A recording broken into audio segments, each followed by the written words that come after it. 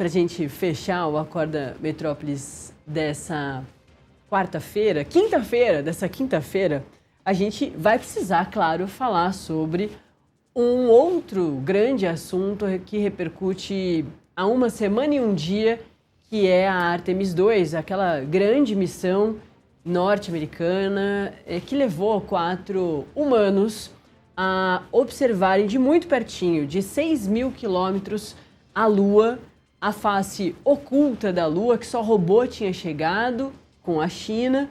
E agora também eles presenciaram um eclipse solar, isso uma coisa inédita, impressionante, também de muito pertinho da Lua, lá de cima. Esses 4 humanos que tiveram essa grande oportunidade, registraram um montão de informação importante e agora estão fazendo o caminho de volta. A gente lembra, portanto, um dos nossos entrevistados ao longo desses últimos dias e também, claro, como que vai ser essa jornada final de uma grande aventura do humano voltando da Lua. Eu vou chamar o professor de Física da Universidade de Brasília, da UNB, o Vinícius Oliveira. Esteve comigo na segunda-feira, acho, né, Vinícius? Justamente quando a gente conversou sobre a chegada deles ali de muito pertinho da Lua. Agora eu queria saber de ti como é esse processo de volta, né? É bastante complexo, dos momentos mais críticos de toda essa viagem. A gente estava muito focado, principalmente os leigos, né, de como vai ser a Lua, as imagens da Lua, mas os 4 ali estão bastante preocupados com a volta, né? Bom dia. Olá, bom dia.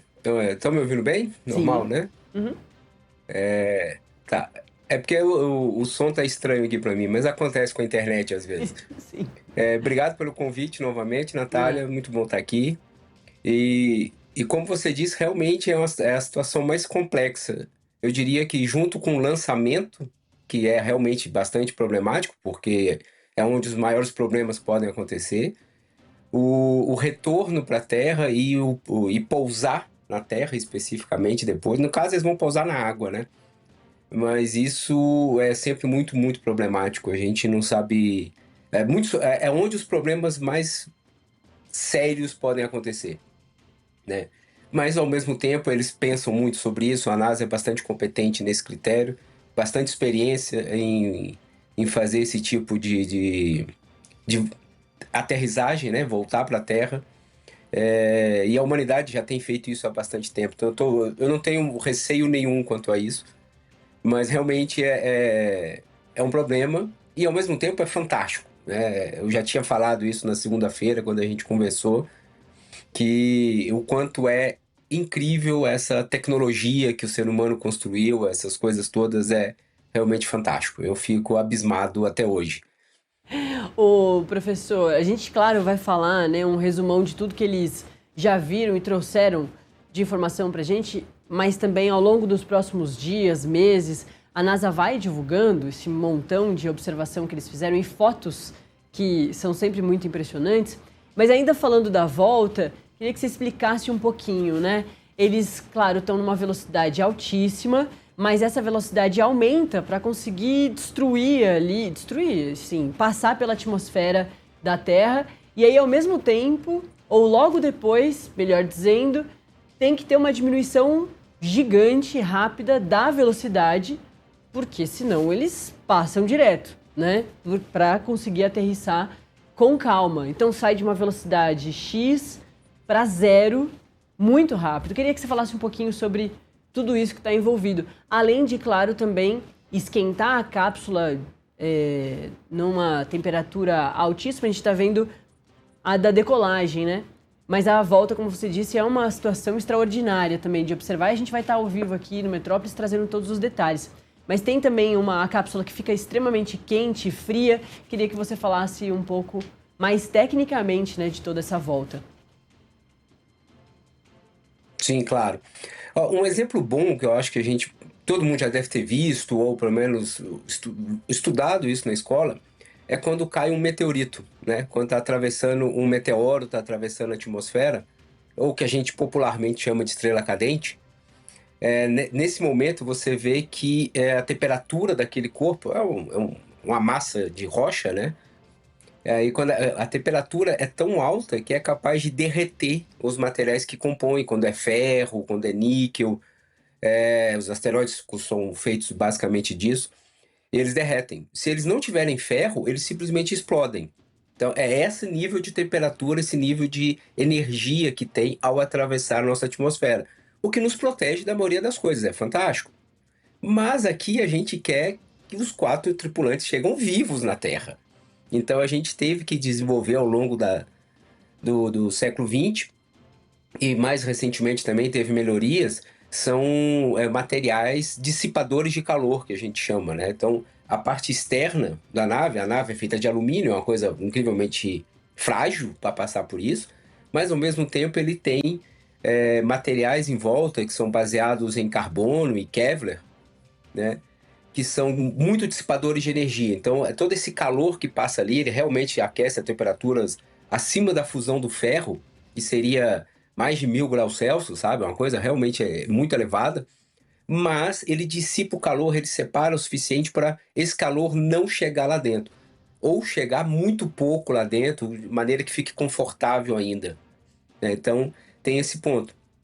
E esse mesmo material ajudou quando estava no espaço, porque quando a nave está virada para o Sol, as temperaturas são altíssimas também, né? E quando não está virada para o Sol, né, o lado, vamos supor, a nave está aqui, usando a luz que está chegando, esse lado está virado para o Sol, o lado de cá não está. O lado virado para o Sol pode chegar a temperaturas de 1000 graus, e o lado que não está chega a temperaturas de -100, -200 graus Celsius. Então, esse material tem que dissipar o calor para espalhar bem e não estragar e não danificar o que está dentro da nave, no caso, os 4 tripulantes. Então, esse é uma tecnologia fantástica que a gente usa já há bastante tempo. O de Kevlar já é usado desde os anos 80 e agora foi melhorado com grafeno, que é uma outra maneira de você organizar o carbono para construir material. E é basicamente isso que se faz para proteção. E é muito efetivo. Olha, só outro exemplo. É o mesmo tipo de proteção que a gente tem, claro, é menor aqui, mas aquelas roupas de motociclista, de proteção, que tem a proteção no cotovelo, no ombro, né, aquelas jaquetas, essa proteção também é feita desse mesmo material, de Kevlar, para poder, quando não, né? Se o motociclista se acidentar e passar pelo asfalto, que pode estar quente, tem o atrito, velocidade e tudo mais, ele não queimar. Então, é o mesmo material. Claro que o da NASA tem uma qualidade superior porque as temperaturas são muito maiores, O né? professor, Isso é um ponto da temperatura. Oi? acho que esse ponto é super interessante porque eu ia perguntar justamente sobre eles, né?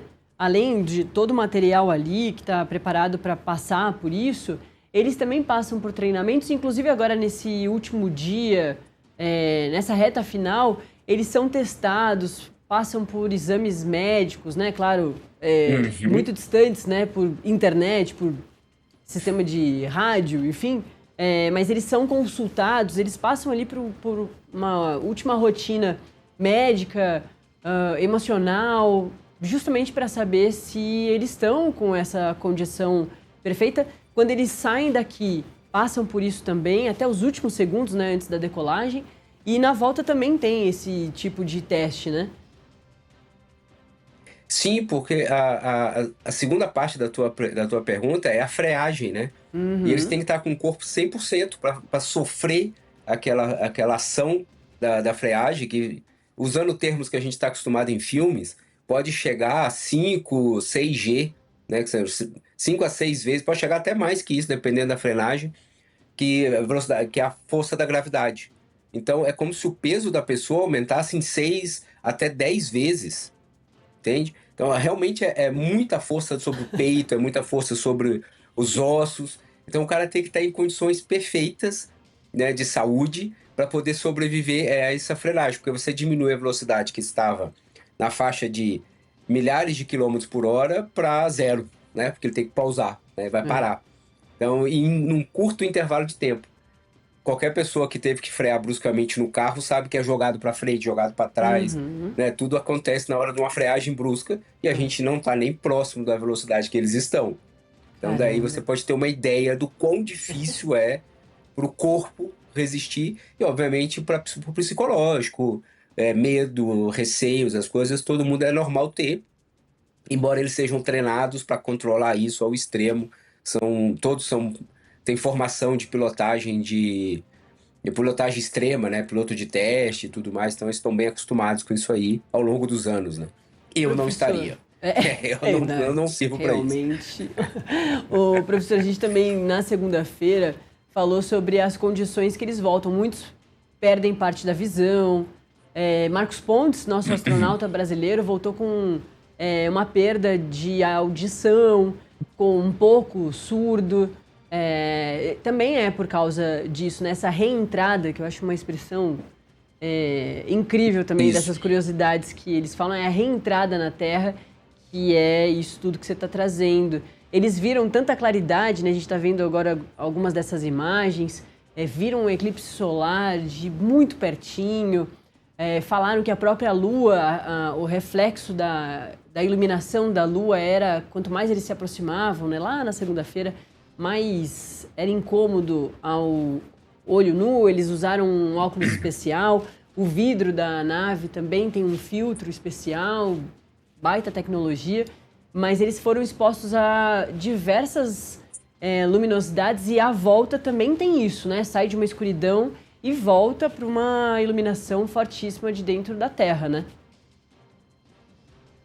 Sim, não só a iluminação, como o barulho, porque no espaço não tem som, né? É. O som precisa do ar para se propagar, ou de qualquer outro meio, precisa de alguma coisa, e o espaço é vácuo. Então, o único som que tem é dentro da nave. E quando eles voltam para a Terra, não, tem todos os barulhos possíveis, tem o barulho da reentrada, porque tá pegando fogo, né? Então, tem todo esse barulho que eles ficaram uma semana sem ouvir. E tem a claridade e também tem a perda muscular, né? Que é natural. Qualquer pessoa que faz academia e passa uma semana sem ir para academia, quando volta, já não consegue fazer a mesma força, né? O mesmo peso ali, se fizer, vai sentir mais dor. Então você tem que baixar um pouco o nível, porque é natural a perda muscular. No caso deles, que ficaram sem, o exercício que eles tinham era muito menor do que ir para academia, e sem a gravidade, que é o ponto principal aqui, para poder manter os ossos em equilíbrio, a musculatura, né? O, do astronauta, então eles estão mais frágeis. O Marcos Pontes mesmo tem um vídeo quando ele volta, que ele sai carregado da nave, né? Depois, claro, ele foi numa Soyuz que pousa na Terra, né? Essa nave a Orion vai pousar na água. Embora, devido à velocidade, água e chão é a mesma coisa, é puro concreto na hora que bate, né? Então não faz diferença. Mas o Marcos Pontes, ele foi tirado carregado, assim, ele não estava conseguindo andar, o que é natural, porque o músculo está mais fraco, você tem que fazer uma reabilitação. Mas, por sorte, demora 2, 3 dias no máximo, ele já está 100%. A audição e a visão, às vezes, demora mais, né? Não é tão Impressionante. rápido assim para recuperar. Além de Né? voltar a Muita coisa andar, acontece, né? até. Pisar no Pois é, então chão, agora né? você tá. Sentir a gravidade. Exato, porque lá estão voando, né? Então pensa o seguinte: quando a gente está aqui, as nossas pernas têm que aguentar a força o peso nosso quase todo, né? Todo o nosso peso fica dividido nas duas pernas. Lá, no espaço, por uma semana, eles não tinham que usar as pernas para isso. Então, o músculo atrofia. Não é que atrofia, ele diminui um pouco, você perde massa muscular, é exatamente isso.